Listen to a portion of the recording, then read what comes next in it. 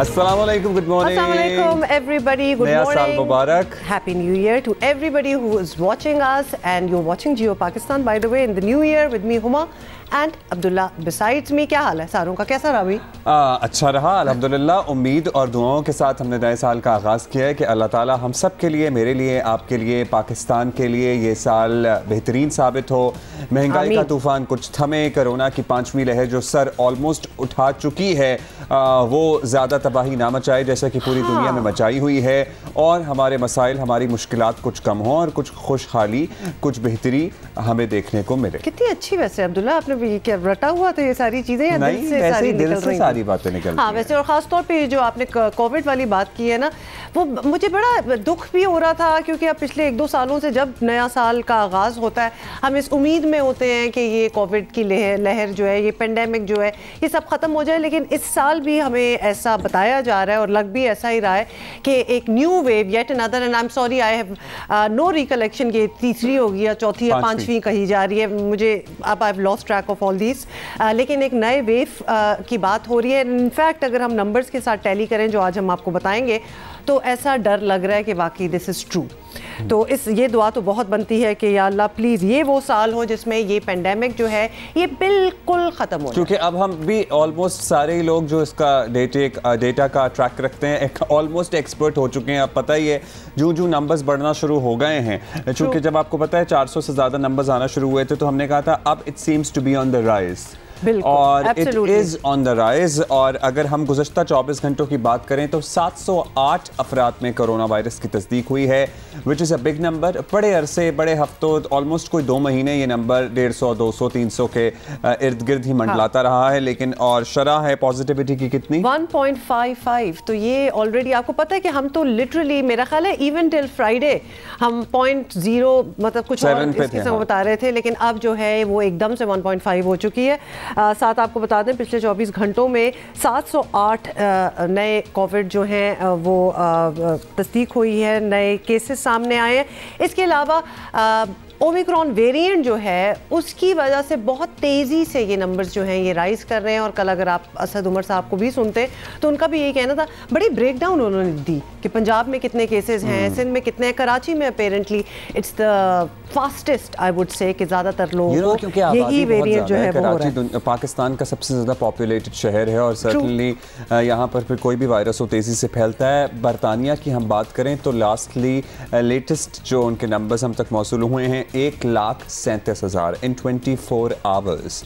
सो ये सारी सूरत हाल है दुनिया की, और दुनिया के मुख्तलिफ ममालिक में इस सब के बावजूद हमने देखा कि नए साल को सेलिब्रेट किया गया। बहुत से मुल्कों ने बड़ी रिस्ट्रिक्शन के साथ किया, लेकिन दुबई वगैरह के आप मनाजिर देखते तो वही रश था रिवायती तौर पर जो यूएई में होता है। रिवायती तौर पर रश था। टू बी ऑनेस्ट हमारे मसाइल यूँ कि तू हैं, क्योंकि नए साल का तोहफ़ा हमें किस सूरत में मिला, हमें 4 रुपये फ़ी लीटर पेट्रोल की कीमत बढ़ गई पहले ही साल के, एज ए नए साल के पहले ही दिन।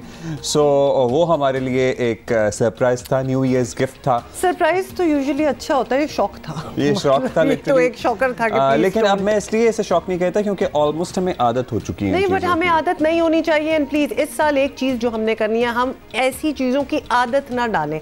वो अगेन आई विल अभी तो आप डालने मेरा ख्याल है, क्योंकि हर महीने ऑलमोस्ट को 4 रुपये अगर फ़ी लीटर कीमत पड़ती है, अगर पड़ती है, but at least show some resistance, at least talk about resistance. या फिर दावे तो ये भी किए जा रहे हैं कि पेट्रोल की कीमतें कम होंगी, अब किस तरह से एडजस्टमेंट की जाएगी that is yet to be seen. लेकिन एक बात, वैसे किस किस की चीज़ की कीमत कम करके उसको एडजस्ट करेंगे और कहाँ एडजस्ट करेंगे, ये भी एक बहुत बड़ा क्वेश्चन मार्क है इस साल का कि जो सारी प्राइसेस ऊपर गई हैं और ऑलमोस्ट हर चीज़ हमारे पास बहुत सी चीज़ें। अब लेकिन एक बात, जहाँ हम बहुत सी जो इर्द गिर्द हमारे खामियां हैं और जो मसाइल हैं उनकी निशानदेही करते हैं, भाई ये जो सेहत कार्ड है जिसका पंजाब में भी अब इजरा हो रहा है, हाँ जिसका पंजाब में भी अब इजरा हो रहा है, लाहौर में भी मिलेगा सबको और अक्रॉस द बोर्ड सबको मिलेगा। अगर तो वाकई in its true letter in spirit इस पे इम्प्लीमेंट होता है ना कि मुझे, आपको या किसी और को भी 10 लाख रुपए उस कार्ड में मौजूद होंगे और अस्पताल एडमिशन की सूरत में आप किसी भी प्राइवेट अस्पताल में भी उसको यूटिलाइज कर सकते हैं, तो ये बड़ा एक गेम चेंजर साबित हो सकता है। ये बाय द वे बड़ी अच्छी आपने बात की, क्योंकि ये ज़रा डिटेल में हम बात करेंगे अगले घंटे ऑफ जियो पाकिस्तान में। Hassan Khawar spokesperson for Punjab हुकूमत वो भी हमारे साथ होंगे, तो उनसे भी पूछेंगे ये सारे सवाल। जनाब कायद-ए-आज़म जिंदाबाद का टीज़र तो हम आपके साथ शेयर करेंगे ही, और इस साल नए साल साल में और भी बहुत सी फिल्में प्लान्ड हैं, और कौन कौन सी फिल्में और आ रही हैं, ये फिल्म कब आ रही है, we gonna be talking about that. ये सब तब होगा जब हम मास्क पहनेंगे, सैनिटाइज करेंगे और डिस्टेंस करेंगे लोगों से, वरना ये सब बंद होने वाला है। दोबारा मैं आपको बता रही हूँ, जिस तरह ये कोविड की, बल्कि हम चले डिटेल ही देते हैं तो आपको खुद ही समझ आ जानी चाहिए। ये जो सारी आज़ादियाँ हमें मिल गई हैं ना पिछले 1 साल में, ये चीज़ें खुल गई हैं, आप जा सकते हैं बाहर एंड ऑल दैट, ये सब ख़त्म हो सकता है। ये नई लहर की ये बात जो हो रही है, people must take notice of this. एक दफ़ा फिर आपको बताएं कि पाकिस्तान में कोरोना जो है वो दोबारा फिर से ज़ोर पकड़ रही है। कोरोना की वबा जो है, रोज़ाना 500 नए केसेस रिपोर्ट हो रहे हैं। अमवात का सिलसिला भी जारी है, जिस तरह हम आपको फिगर्स बताते हैं। मुस्बत केसेस की शरह जो है वो बढ़कर 1.30% पर आ गई है, और सिर्फ पंजाब में ओमिक्रॉन वायरस से मुतासरा मरीजों की तादाद जो है वो 170 होगी है, which is actually a big number. बहुत तेज़ी से ये फैलता है। इस्लामाबाद में एक रोज़ के दौरान 34 अफराद में कोरोना वायरस के ओमिक्रॉन वेरिएंट की तस्दीक हुई है, जिससे दारुल हुकूमत में ओमिक्रॉन से मुतासरा अफराद की तादाद जो है वो 100 हो गई है, बिकॉज पिछले काफ़ी दिनों से रिपोर्ट भी हो रहा है। ओवरऑल पंजाब में 170 और इस्लामाबाद एक शहर में 100, तो which is a big number I guess then. DHO Islamabad का कहना है कि ओमिक्रॉन से मुतासर अफराद की अक्सरियत ने कोरोना वैक्सीन नहीं लगवाई थी, तो ये बड़ी ट्रेजिडी है।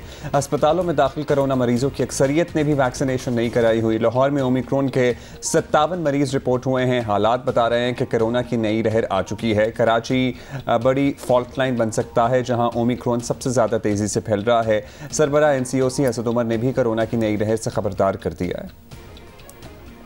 वाज़े निशानात नज़र आ रहे हैं कि ओमिक्रॉन की वजह से एक नई जो है वो लहर आ रही है पाकिस्तान के अंदर, इसलिए आप सब लोग जो हैं अपनी हिफाजत करें। और ये सब यहाँ पे जो बैठे हुए हैं, इन सबको इस वक्त मास्क पहन के बैठना चाहिए, और ये बगैर मास्क के बैठे हुए हैं तो इनको भी मैं तंबीह करता हूँ कि खुदा का वास्ता अपनी भी हिफाजत करें और दूसरों की भी हिफाजत करें।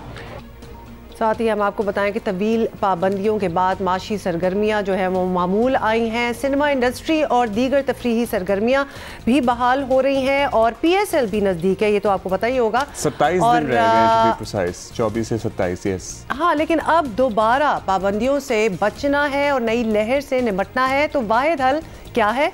Vaccination. There is no other way out. Vaccination is the only answer.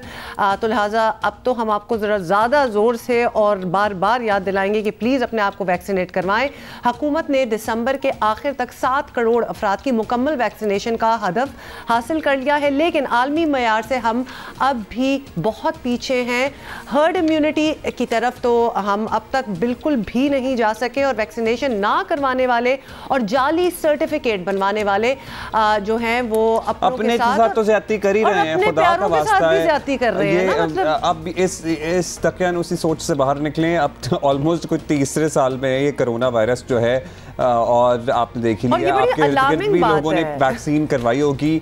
क्या है, क्या रेजिस्टेंस है, क्या वजह है कि दुनिया की सारी वैक्सीनेशंस लगवा लेनी है लेकिन ये नहीं लगवानी? अभी भी समझ नहीं आई। मतलब अब तो इतने साल हो गए, अगर खुद भी पढ़ लेते हैं ना 2 सालों में, तो समझ आ जाती कि ये इट्स रियल थिंग। तो लिहाजा vaccination is the only answer, ये आपको करवा लेनी चाहिए। साहब हमारे साथ मौजूद हैं, पार्लिमानी सेक्रेटरी बराए सेहत सिंध हैं। कासिम साहब, शुक्रिया वक्त दिया। कासिम साहब, अब तो 1 जनवरी से गालिबन 30 साल से उम्र से ज़ायद अफराद के लिए बूस्टर भी अलाउ कर दिए गए थे, तो वो सिलसिला क्या शुरू हो गया है या आज मंडे है, आज से शुरू होना है? क्या अपडेट्स हैं आपके पास? बिस्मिल्लाहिर्रहमानिर्रहीम, बहुत शुक्रिया, गुड मॉर्निंग।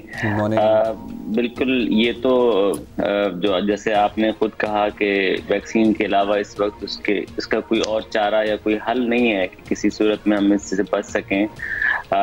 हमारे पास कराची जो है उन पर्टिकुलरली जो इवन जो हमारे अर्बन क्लस्टर्स जितने भी हैं, इधर पाकिस्तान के जितने बड़े अर्बन क्लस्टर्स हैं, उन तमाम के अंदर जो है वो इल डिसिप्लिन एक मतलब जैसे आप कह लें कि हम बिल्कुल हमारी आदत बन चुकी है।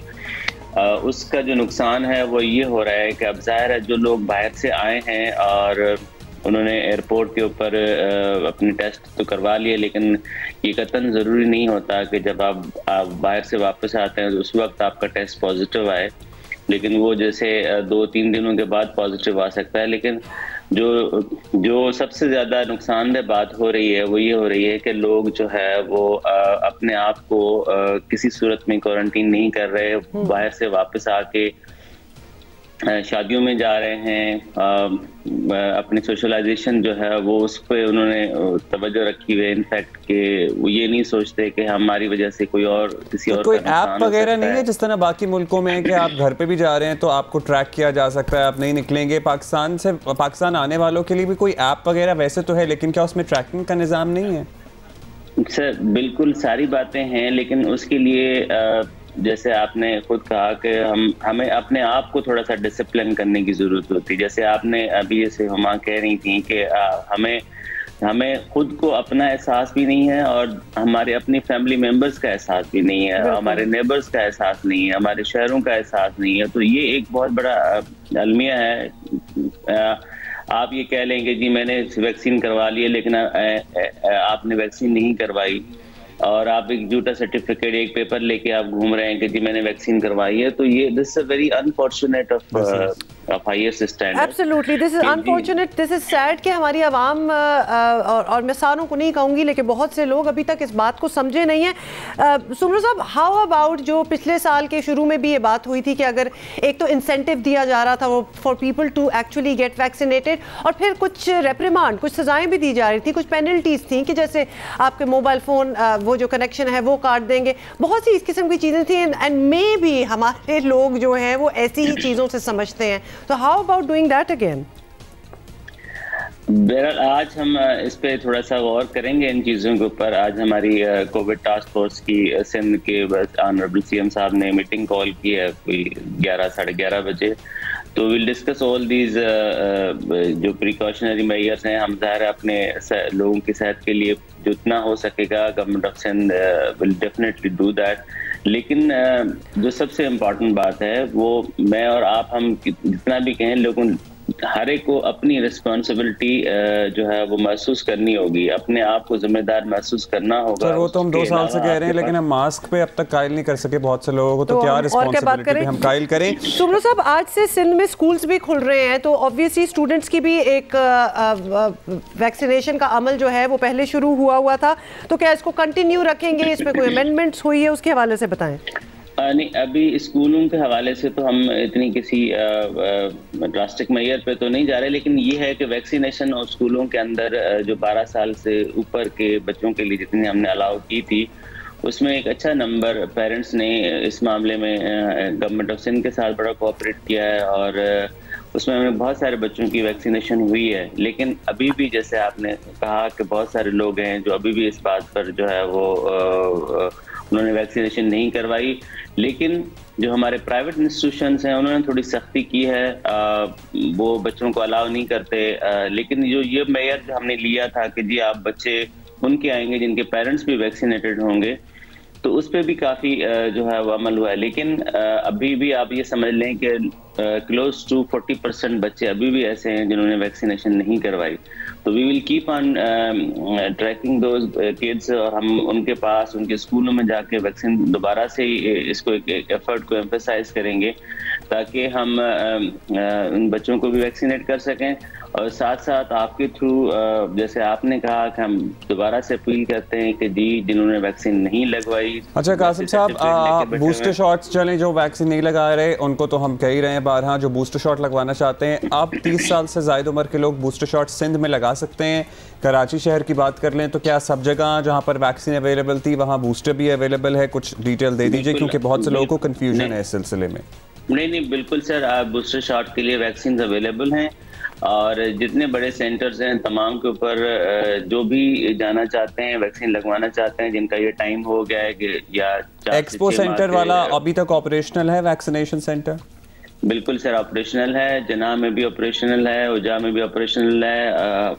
जहाँ मतलब जितने हमारे वैक्सीन सेंटर, हाँ ये था कि हमने उस वक्त बिकॉज ऑफ हमने ये कहा था कि उन्हें रात की 24 आवर्स जो सर्विस थी हमारी वैक्सीन की, वो हमने बंद कर दी थी, लेकिन ये कि दिन के औकात में जारी था। लेकिन आज हम दोबारा से इसको डिस्कस करेंगे कि इफ़ वी कैन, हम जो बड़े सेंटर्स हैं उनको हम 24/7 कर सकें। अच्छा, दो और चीज़ें ज़रा मैं पूछ लूँ। एक तो क्या बूस्टर शॉट एक होता है शॉट या फिर 2 शॉट्स होते हैं? और दूसरी चीज़ ये, जो बूस्टर के लिए जाएगा उसको शायद अपने साथ अपने पुराने जो वैक्सीनेट करवाया होगा 6 महीने पहले तक, उसका सर्टिफिकेट साथ लेके जाना होगा, या फिर ID कार्ड ले जाए और आपके पास डेटा तो हो ही गया।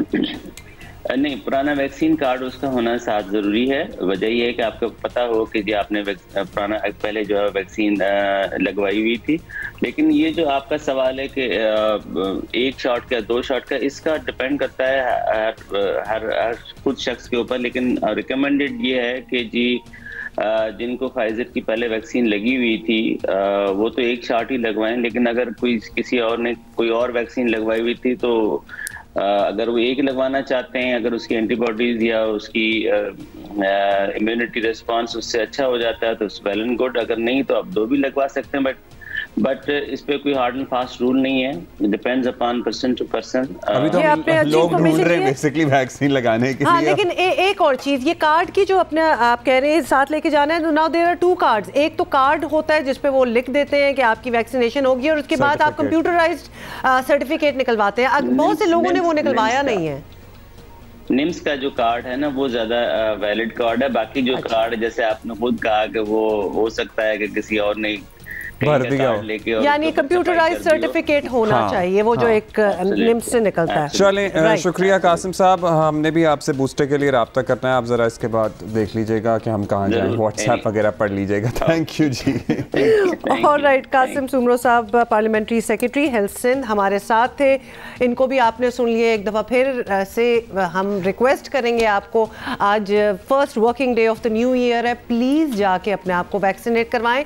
ये वेरिएंट्स जो है ना, ये अल्लाह ना करे लेकिन लगता है ऐसा ही है कि ये आते रहेंगे। ये जितना म्यूटेट होंगे, ये के लिए मेरा ख्याल है यहीं चले जाएंगे। We should absolutely, I think we should all set an example by doing that, क्योंकि वैक्सीनेट तो हमने करा ही लिया था, अब बूस्टर की भी बारी आ गई है, तो हमें डेफिनेटली करवाना चाहिए। अच्छा जी, सर्टिफिकेट वैसे हाँ नहीं मेरे मोबाइल में है, सो हमें वो मोबाइल से ही दिखा देंगे और लगवा लेंगे। लेकिन और प्लीज अपने जिन्होंने करवा लिया ना, आप अपना कंप्यूटराइज्ड सर्टिफिकेट अब निकलवा लें। हाँ। निम्स की वेबसाइट है, it is very easy, you just have to pay like 100 rupees या समथिंग लाइक दैट, और फिर आपका मतलब हर जगह अब आपने दिखाना होता है, तो अपने पास अपने फोन में रखें। जो लोग लिटरली आपका डोमेस्टिक स्टाफ है, आपके दीगर लोग हैं जिनके लिए प्रॉब्ली ये 100 रुपये भी उन्हें ज़्यादा लगते हैं, क्योंकि जाहिर है आपको पता ही है क्या गुर्बत का हाल है हमारे मुल्क में।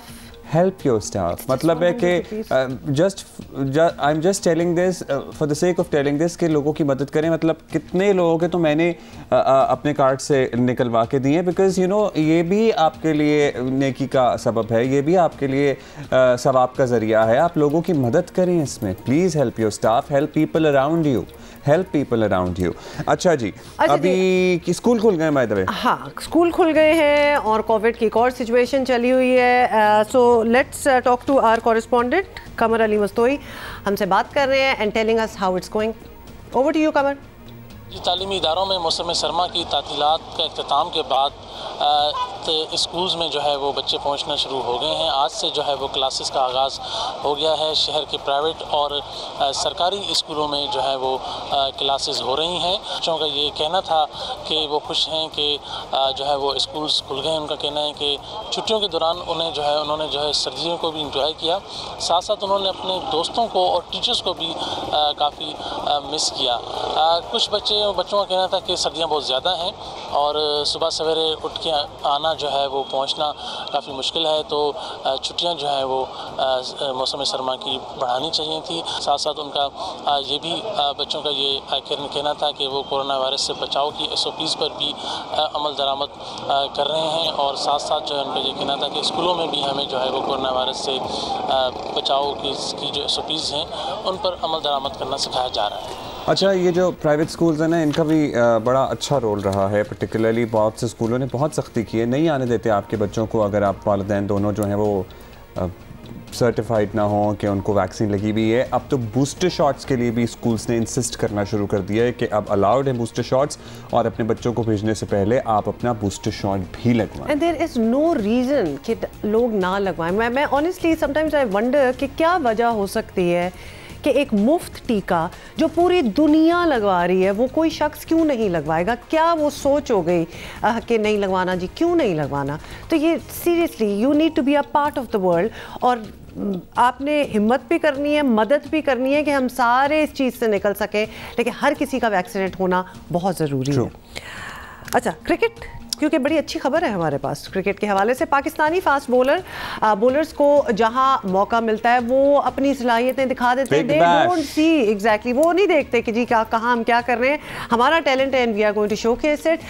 तो हुआ ये कि ऐसा ही कुछ हमारे नौजवान फास्ट बॉलर मोहम्मद हसनैन ने भी पहले मैच की पहली विकेट में बिग 3 उन्होंने पूरा एक हैट्रिक ही कर ली, और ऑस्ट्रेलियन बिग बैश लीग आपको पता ही है, उसमें उन्होंने क्या किया। हसनैन, वेरी वेल डन भाई, we are very very proud of you. और इन पिचेस पर खेलना हमारे खिलाड़ियों के लिए बड़ा ज़रूरी है, क्योंकि ये तमाम खिलाड़ी वो हैं जो इंशाल्लाह मुमकिन तौर पर हमारी टीम में मौजूद रहेंगे, और आगे ऑस्ट्रेलिया में ही by the end of this year World Cup होने वाला है T20 का। सो बड़ा मददगार साबित होगा ये सारा सिलसिला हमारे खिलाड़ियों ब्रेक लेनी है, लेकिन एक बड़ी इंटरेस्टिंग और अजीबो गरीब चीज़ आपको बताते बताते आगे चले। वो एयर क्वालिटी इंडेक्स का हम रोज़ जिक्र करते हैं ना, जो पिछले कितने पूरे एक महीने डेट से तो लाहौर ही टॉप पे होता है, telling you the worst air quality, तो लाहौर टॉप पे होता है। आज लाहौर सेकंड नंबर पे, और पहले पे कौन है? दुबई। Can you believe? मतलब ये बिल्कुल हम सोच नहीं सकते थे, बिकॉज वो तो लिस्ट में भी नहीं होता। But I think it has a lot to do with the fireworks and all, क्योंकि पूरा दुबई अगर आप देखते ना ऑनलाइन, ऑब्वियसली हर जगह तस्वीरें तो थी, एवरी कॉर्नर हैड फायरवर्क्स जैसे आपने कभी पहले ना देखे हो। क्वाइट स्टनिंग टू वॉच, लेकिन एयर क्वालिटी तो फिर आपको वैसे आप देखिए कि किस तरह अब ये डेटा हमारे सामने आता है तो हमें हैरान रहते हैं, और हमें ये हमें विजुअली प्लीज करने की ये चीज़ें हैं, लेकिन आप देखिए कि इनका असर क्या होता है, इनका असर किस तरह कितना हौलनाक है और कितना खौफनाक है। मतलब हम दुबई जो कि इस फहरिस्त में टॉप 10 में भी नहीं होता था, वो नंबर 1 पे है, क्योंकि जाहिर है इतना इन्होंने आतिशी मवाद जलाया है, आसमान में फेंका है। तो पिछले 2 दिन से तो हम देख रहे थे और हम एडमायर ही कर रहे थे कि वाह जी बड़ी खूबसूरती है, लेकिन actually it comes at a cost. So the cost is number 1 in the worst air quality index में बता दिया गया। अब हम ले रहे हैं break. Morning. Good morning. Happy new year.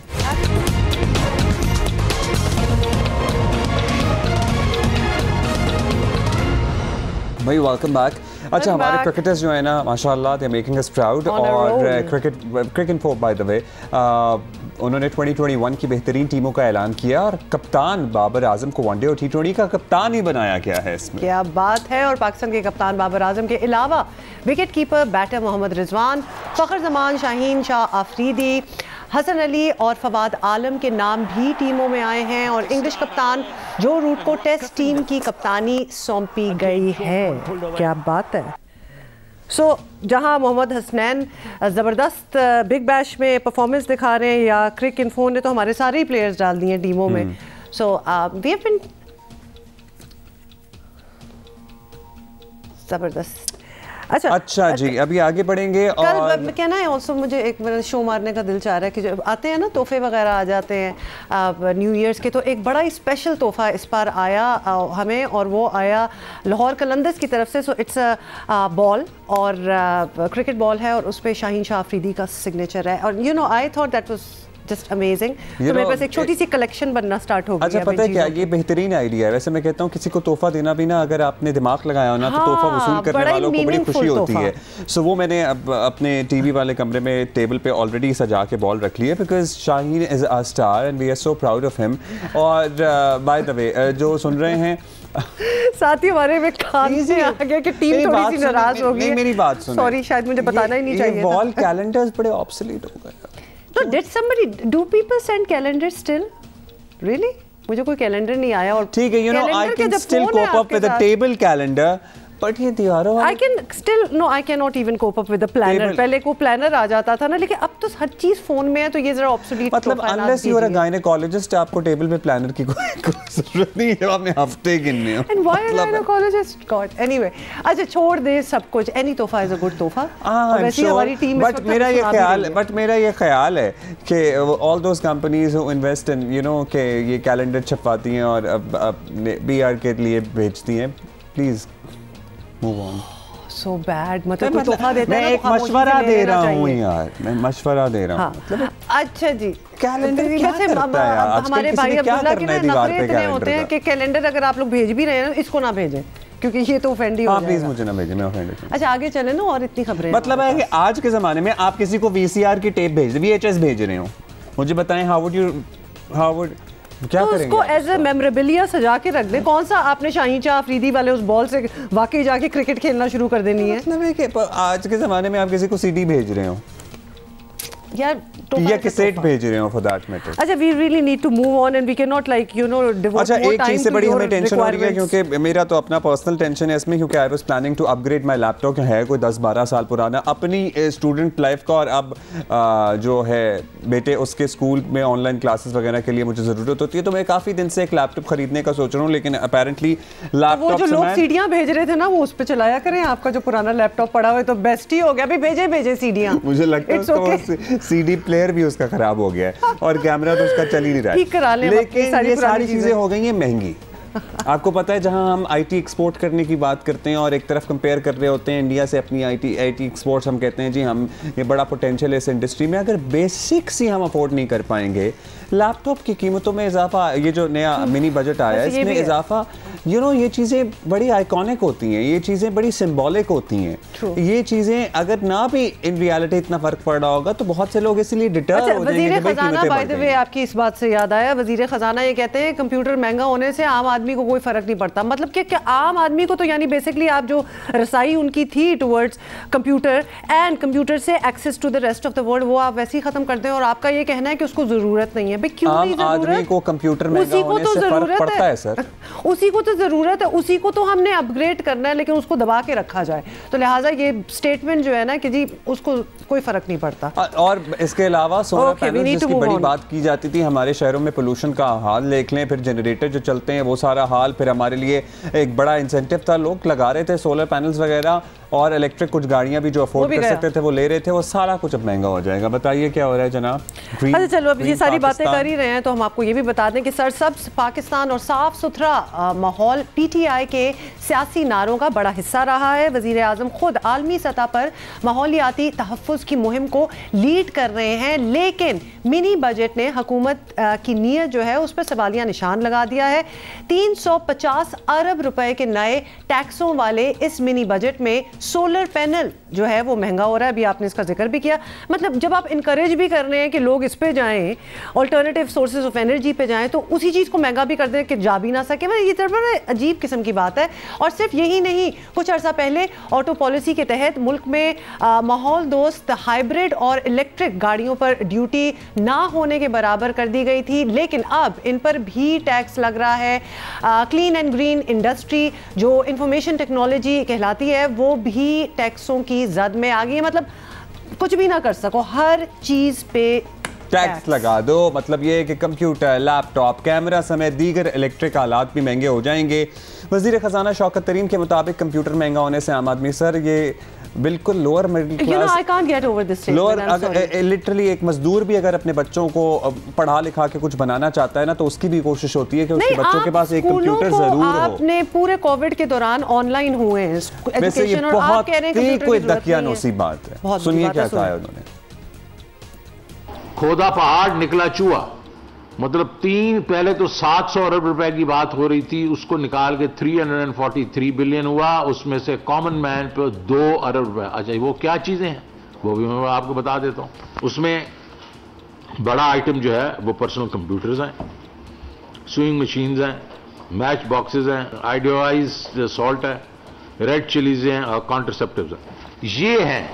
इससे अगर महंगाई बढ़ जाएगी इस 2 अरब से, तो फिर मेरा ख्याल में तो हम बात सही नहीं कर रहे ना।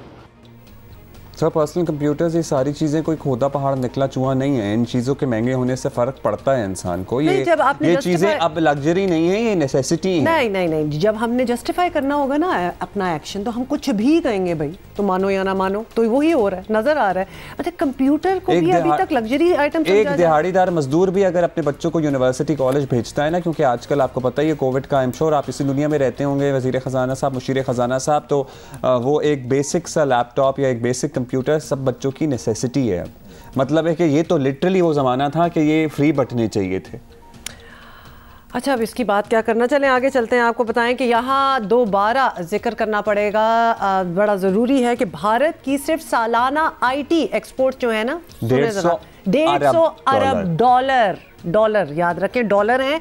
और यहाँ आईटी प्रोजेक्ट्स में इस्तेमाल होने वाली चीज़ें ही महंगी हो रही हैं, तो मतलब क्या कम्पीट करना किसी से। ऐसे फैसलों से जो आईटी सेक्टर है ना, उससे भी लोग दूर होते जाएंगे, और फिर हम जो ब्रेन ड्रेन कहते हैं ना, वो मुल्क से सारे गायब हो रहे हैं। क्यों फिर कोई इधर रहेगा? मतलब ये सारी चीज़ें एक दूसरे से कनेक्टेड है। एंड ऑनेस्टली मुझे नहीं समझ आती कि ये या तो अंडरस्टैंडिंग नहीं है या फिर डिलिबरेटली इसको साइडलाइन किया जा रहा है। नारा है वो लिटरली इंतखाबी नारा ही साबित हो रहा है। और जी इसी पे हम बात करते हैं। पीटीआई के रहनुमा हैं मलिक अमीन असलम साहब, बहुत शुक्रिया आपका असलम साहब, आपने वक्त दिया। असलम साहब, गुज़श्ता हफ्ते भी हम आपसे बात कर रहे थे और तारीफ़ कर रहे थे कि माहौलियाती चैलेंजेस से निपटने के लिए हुकूमत बड़ी सीरियस लग रही है, लेकिन फिर मिनी बजट आया, सोलर पैनल्स पे टैक्स लग गए सर, इलेक्ट्रिक गाड़ियाँ, एनर्जी, जो ग्रीन एनर्जी वाले आलात हैं, इनकी ऐसा लग रहा है कि हौसला शिकनी की जा रही है अगेन, और वही आलूदा और वही पुराना और बक़ियानूसी निज़ाम जो है हम सब की किस्मत में अब रह गया है। ये आपने बिल्कुल सही फरमाया कि इस पर इस वक्त जो सोलर पैनल्स हैं उन पे एक एडिशनल टैक्स लग गया है, लेकिन ये टैक्स अक्रॉस द बोर्ड 17% लगाया गया है, और ये एक मजबूरी के तहत लगाया गया है। और मजबूरी ये है कि हमारी मईशत जो है वो इस वक्त उन अयाशियों की कीमत अदा कर रही है जो कि पिछली हुकूमतें करके गई हैं, और IMF की कुछ कंडीशनलिटीज़ थी जिनकी वजह से ये GST टैक्स लगाना पड़ा है। लेकिन हमारी जो क्लाइमेट विजन है वो बड़ी क्लियर है, और प्राइम मिनिस्टर इमरान खान साहब ने इसको ग्लोबली रिकग्नाइज भी कराया है कि हमने इंशाल्लाह क्लीन एनर्जी की तरफ जाना है, इलेक्ट्रिक व्हीकल ट्रांजिशन की तरफ जाना है, और इसके साथ साथ अपने नेचर के अंदर इन्वेस्ट करना है। तो ये जो अभी इस वक्त टैक्स लगाया गया, हमारी कोशिश ये होगी कि इनको एग्जेम्पशंस के अंदर शामिल कर लिया जाए, और कोशिश की जाए कि जो हमारी क्लीन एनर्जी की ड्राइव है वो इससे मुतासिर ना हो। तो इंशाल्लाह इसमें बहुत सारी चीज़ें जो हैं वो एग्जेम्पशंस के अंदर आएंगी, और इंशाल्लाह हमारी कोशिश होगी कि ये जो स्पेशली इलेक्ट्रिक व्हीकल्स और क्लीन एनर्जी सॉल्यूशंस जो हैं, सोलर इसमें एक बड़ा अहम किरदार अदा करता है, तो उसको एग्जेम्पशंस के अंदर लेकर आया जाए। अच्छा, आप मावन ख़ुसूसी बराए माहौलियाती तहफ़्फ़ुज़ हैं वज़ीर आज़म के, सिर्फ एक कदम की इधर बात नहीं हो रही। अब अगर आप और चीज़ों की बात करें, हाइब्रिड इलेक्ट्रिक गाड़ियों पर भी टैक्स बढ़ा दिया गया है, तो हुकूमत कमाई बढ़ाना चाहती है, ये तो समझ आता है, लेकिन फिर वो ऑटो पॉलिसियाँ और इलेक्ट्रिक गाड़ियों की हौसला अफजाई वाले तो माजरत के साथ ड्रामे ही कहलाएंगे ना। मतलब फिर ये बातें क्यों होती हैं जब बिल्कुल इसके ऑपोजिट एक्शन होते हैं? तो ये all talk and no walk है, सॉरी टू से। मैं आपको सिर्फ ये बताना चाहता हूँ कि जो IMF के साथ नेगोशिएशंस हुई थी उसके अंदर ये उनकी एक शर्त थी कि आप एक अक्रॉस द बोर्ड 17% का ये जो टैक्स है GST का ये लगा दें, और उसके बाद आप एग्जेम्पशंस दे दें, यानी कि जो चीज़ें आप निकालना चाहते हैं उसमें से निकाल सकते हैं, या उसको आप वापस उसको सब्सिडी की फॉर्म में वापस कर दिया जाए उसको। तो जिस तरह मैंने बताया कि हमारी पूरी कोशिश होगी, और इंशाल्लाह जो हमारी एक गवर्नमेंट है जिसका ग्रीन विजन है प्राइम मिनिस्टर इमरान खान साहब का, तो इसके अंदर ये जो सोलर के ऊपर और इलेक्ट्रिक व्हीकल्स के ऊपर ये टैक्स लगा दिया गया है, हमारी कोशिश होगी कि इसको एग्जेम्पशंस के अंदर लेकर आएँ। चलें जी, जब आपकी कोशिश होगी वो तो होगी, जब देखेंगे वो क्या होता है, कितनी कोशिश आपकी कामयाब रहती है इस सिलसिले में। अभी तो ये सारी तजावीज़ हैं, लेकिन ये जो टैक्सेस का नफाज है वो कर दिया गया है, सब्सिडी वगैरह इस पर दी जाती है कि नहीं, दैट कम्स लेटर। अब सर IT सेक्टर, सर इससे जुड़े आलात, बेसिक लैपटॉप, जिसको आई वंडर मुशीर ख़जाना साहब कहते हैं कि कंप्यूटर से कोई आम आदमी का ताल्लुक़ नहीं है, कौन सी दुनिया में वो रह रहे हैं, ये भी इस पर भी ताज्जुब होता है। इसका अच्छा नतीजा तो नहीं निकलेगा जब हम IT एक्सपोर्ट्स की बात करते हैं, जब हम अपने कंट्री से कंपेयर करने की बात करते हैं। मतलब this is all going to hurt us in the long run. इसमें भी देखें बिल्कुल पाकिस्तान जो है वो इस वक्त बिल्कुल एक ऐसी रेवोल्यूशन के धाने पे खड़ा हुआ है जो कि जिसको आप स्टार्टअप रेवोल्यूशन कहते हैं। और पाकिस्तान में पिछले एक साल में जो स्टार्टअप्स की फंडिंग है वो $20 मिलियन से बढ़ के तकरीबन 400 मिलियन डॉलर तक बढ़ी है। और ये एक ऐसा एरिया है जहाँ पर हमारी यूथ को मौके मिल रहे हैं और यूथ को अपने आइडियाज़ को प्रमोट करने का मौका मिल रहा है। इसके लिए भी जो बैकबोन आपको चाहिए वो इंटरनेट की चाहिए, वाईफाई की चाहिए, जो कि मौजूद होगा तो तब ये पॉसिबल होगा। तो मैं समझता हूँ कि इसके लिए भी हमें इस पर ज़रूर जल्दी नज़रसानी करनी पड़ेगी कि हम जो हमारी जो बैकबोन इंटरनेट की है, और इसके ऊपर काफ़ी बहस भी हुई थी कैबिनेट के अंदर भी। तो इस वक्त जैसे मैंने आपको बताया कि एक मजबूरी के तहत कुछ इक़दाम करने पड़े हैं क्योंकि पाकिस्तान ने एक फाइनेंशियल डिफ़िकल्टी से बाहर आना है। चलें जी, थैंक यू आपका मलिक हमीद अस्लम साहब, वज़ीर-ए-आज़म के मामले खुसूसी हमारे साथ मौजूद थे बराए माहौलियात। अभी हम एक ब्रेक ले थोड़ी सी कंफ्यूज, सॉरी ब्रेक ले रहे हैं, लेकिन मैं थोड़ी सी कंफ्यूज इसलिए हो जाती हूँ बिकॉज हम हुकूमती रहनुमाओं से, स्पोक्स पर्सन से जब बात करते हैं, किसी को भी वो पॉइंट ऑफ व्यू समझ नहीं आता कि there is something off about these figures and these numbers और दिस होल डायरेक्शन। वो कहते हैं हमारे पास कोई ऑप्शन नहीं है, तो हमें ओके ऑल्टरनेटिव सोच भी होती है, लेकिन नहीं लगता कि वो कहते हैं हमारे पास कोई ऑप्शन नहीं है, हम तारीख के इस दहाने पे खड़े हैं जहाँ पे बिल्कुल ही why should we suffer if you don't have an option. मतलब ये सवाल बनता है ना कि वाई आवाम क्यों सफ़र करे। मतलब है कि अगर मुल्क आपका दिवालिया होने के दहाने पे खड़ा हो तो सर्टनली आपको ये सारी शराइत IMF की फिर हाँ, तो मुल्क दिवालिया होने के दहाने पे क्यों खड़ा है? वो कहते हैं कि पिछली हुकूमतों वो दावे किधर, मतलब no I am sorry I will not agree to that. Ideal team, तो वो सारी बातें, वो बड़े बड़े नारे, वो सारे किधर गए? वो पहले 100 डेज में ये होगा, फिर अगले 50 डेज में ये होगा, फिर इतनी नौकरियां होंगी कि मतलब पागल ही हो जाएगी दुनिया। Stop it. क्यों अब ये नए साल में sorry we are not going to take this. और अफसोस ये होता है कि जो लोग अब भी सवाल नहीं करते, प्लीज अपने जहनों की खिड़कियां खोलें थोड़ी सी। ब्रेक लेते हैं।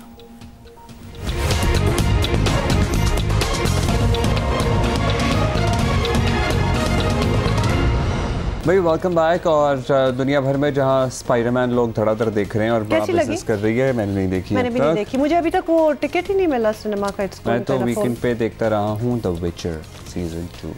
या and I am watching cobra काई सीजन 4। अच्छा, मैंने 2 ही सीजन देखे, उसके बाद पता नहीं I lost interest in cobra. I loved it because I like the movies, karate kid जो मूवीज थी, तो उससे बड़ी। अच्छा जी, लेकिन अपनी पाकिस्तानी सिनेमा इंडस्ट्री की हम बात करेंगे। भाई खेल खेल में रिलीज़ हुई, उसके बाद कहे दिल जिधर रिलीज़ हुई जुनैद खान और मंशा पाशा की। हाँ, एक और फिल्म भी खेल में एक और फिल्म भी रिलीज़ हुई, वो पता नहीं कहाँ गई, उसका नाम मुझे नहीं याद आ रहा। और खैर एक और फिल्म रिलीज होने वाली है, which is going to be a big film because it has the star cast Fahad Mustafa and Mahira Khan. बड़े अरसे से इस फिल्म का इंतजार था, उसके बाद कोविड आ गया और फिल्म का नाम है कायदे-आज़म जिंदाबाद। अच्छा, इसमें तो बड़ी एक्शन टाइप सीन भी है। I don't know what I was expecting, but बड़ी लोडेड, फुली लोडेड पुलिस वाले बने हुए हैं। गुलाब आई गेस इनका नाम है। और the film looks great, It actually looks great and we are looking forward कि भाई फिल्म कब रिलीज हो। मूविंग ऑन, एक चीज़ आपको अजीब-ओ-गरीब बात है, वैसे आपको बताते हैं कि मैनचेस्टर में गुलकार अताउल्लाह ईसा खेलवी के कॉन्सर्ट में नौजवानों के 2 ग्रुप्स आपस में लड़ पड़े। ये वजह बिल्कुल ही और है, लेकिन जो पहली वजह मेरे जहन में आई थी ना, मुझे लग रहा था कि इन्होंने PTI का एंथम गाना शुरू कर दिया होगा और फिर आपस में लड़ाइयाँ शुरू हो गई होंगी। अभी तो वजह मैंने बताई भी नहीं, वजह क्या थी? ये तो नहीं थी ना जो आप कह रहे हैं। वजह ये नहीं है, लेकिन वजह बिल्कुल जहन में यही आती है कि कहीं इतनी लड़ाई हुई कि एक दूसरे को कुर्सियां भी मारी। हम छोटी मोटी गाली गलौज की बात नहीं कर रहे हैं। इनके साथ गाना गाना चाहता था, ठीक है, और मासूम सी ख्वाहिश थी। नहीं तो बैठे हुए कुर्सी पे गा लेता, कौन उसको मना कर रहा? इनके साथ गाना चाहता था, स्टेज पे, हाँ स्टेज पे इनके साथ परफॉर्म करना चाहता था। और वहीं से बात बढ़ी और फिर गार्डों से लड़ाइयाँ हुई और फिर पता नहीं क्या धक्कम पे बेचारों को छोड़ के जाना पड़ा 1 घंटे पहले। शो उन्होंने छोड़ दिया, सिक्योरिटी गार्ड से भी झड़प हुई, बाज़ अफराद को जख्मी भी हुए, फाल लोग, ठीक ठाक किस्म की जंग हो गई। बेसिकली ये था कि दे वर ड्रंक और ये सारा सीन था। और उसके बाद ज़रा गुलगपाड़ा कर रहे थे, बेसिकली गुलगपाड़ा। और कितने अफसोस की बात है, कितनी फैमिलीज बैठी हुई हैं और कितनी खवातीन हैं और सब एंजॉय करने आए हैं। और लिटरली अभी उनका पूरा सबका बेड़ा गर्क ईसा खेलवी साहब को ऑब्वियसली उनको तो सुनने बड़ी दुनिया वहाँ पहुंची हुई थी और अभी उन्होंने ठीक ठाक घंटा डेढ़ रहता था कि अभी उन्होंने और अभी तो उन्होंने वो भी सुनाना था and he just got up and left and you know what he did the right thing। No singer, no artist on stage should take this from the audience at all. अभी आपको पता है कि रिसेंटली आयमा बेग भी कहीं perform कर रही थी और किसी ने बदतमीजी की from the crowd and she gave it out. ठीक ठाक उन्होंने सुना दी और लोगों को अब सुना देनी चाहिए। आतिफ असलम ने उस दिन अपने किसी कॉन्सर्ट में छोड़ किसी दिया को, था उन्होंने, हाँ वो, but it needs to be called out. Talha Anjum वाला भी था, उनको किसी ने मुबैना ऑडियंस की बदतमीजियां नहीं चलेंगी। इज द रैपर गाय ना, हाँ यंगस्टर्स, बिल्कुल। तो उनको भी किसी ने जूता मारा और उन्होंने कहा था कि मैं देख लूंगा तुम्हें, आ जाओ जरा इधर। हाँ मतलब इतने छुप के जूते शूते क्या मार रहे हो। और besides art these artist, I mean आप उनको देखने क्यों जा रहे हैं? बिकॉज यू एंजॉय देम ना, आप उनको पसंद करते हैं तो आप जा रहे हैं। फिर वहाँ जाके बदतमीजी, मतलब वो आपके गुलाम तो नहीं है ना। ये अटेंशन सीख करने का इंतहाई फजूल बदतमीजी का एक हाई लेवल है। और आई एम सॉरी बट यहाँ बैठे क्या पाकिस्तानी बदतमीजियाँ कर रहे हैं, उधर भी यही कर रहे हैं। तो ये ईसा खिलवी के कॉन्सर्ट पे तो आपने देख ही लिया क्या हुआ है।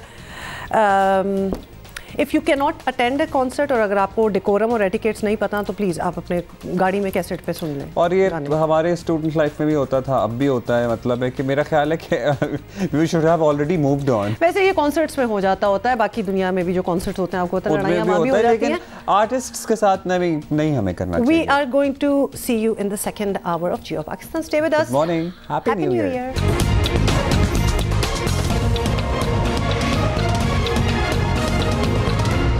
अस्सलामुअलैकुम and happy new year once again. नया साल है, सो नई उम्मीदें और बस वी कैन ओनली होप कि इंशाल्लाह things will be better this year. लेकिन साथ ही कोविड का तो हमने आपको अपडेट पिछले घंटे में दे दिया है। दो बड़ी इंपॉर्टेंट शख्सियात जिनको कोविड अभी हुआ है और हमें पता चला है, जैसे कि लायनल मेसी और उनको और पीएसजी के और 3-4 खिलाड़ियों को कोविड हुआ है। सो बस यू नो क्या, prayers and wishes for Messi and हमारे अपने लेजेंडरी मिस पाउल हक, उनको भी कोविड हुआ है। अमेरिका से गालिबन वापस आए हैं और उन्होंने अपने आप को क्वारंटीन कर लिया है, वो भी पॉजिटिव आए हैं कोविड में। तो लिहाजा people are still getting it और दुनिया खुलती भी जा रही है। लेकिन देखिए, दुनिया खुलने का मतलब ये नहीं है कि आप भी आज़ाद फिरना स्टार्ट हो जाते हैं। इसीलिए खुल रही है क्योंकि एक्सपेक्टेशन ये है कि लोग अपने आप को अब तक समझ चुके होंगे और ख़ुद अपने आप को प्रोटेक्ट करेंगे। So please please please do that, वरना ये नंबर्स जो है, ये फिगर्स जो हैं, ये ऊपर ही जाएंगे।